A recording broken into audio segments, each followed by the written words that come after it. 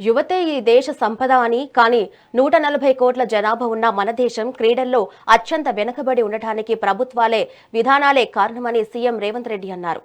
PT Usha, Nikhit Zareen వంటి క్రీడాకారులు ఎందరికో స్ఫూర్తిగా నిలుస్తున్నారని కొనియాడారు.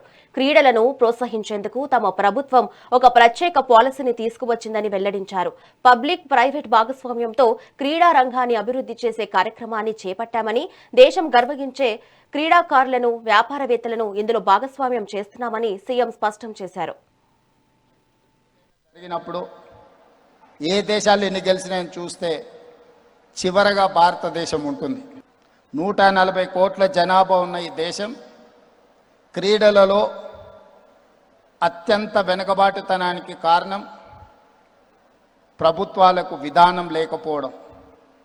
అప్పుడో ఇప్పుడో మనల్ని ఇన్స్పైర్ చేయడానికి పీటీ ఉషా లాంటి వాళ్ళు, దీప్తి లాంటి వాళ్ళు, నిఖత్ జరీన్ లాంటి వాళ్ళు, సిరాజుద్దీన్ లాంటి వాళ్ళు, గోపీచంద్ అకాడమీ లాంటి అకాడమీస్ మనల్ని ఇన్స్పైర్ చేసి నడిపించడానికి ఉపయోగపడ్డా ఈ దేశాన్ని ప్రపంచ దేశాలలో క్రీడలలో రాణించిన దేశంగా గుర్తించడానికి సరిపోవడం లేదు.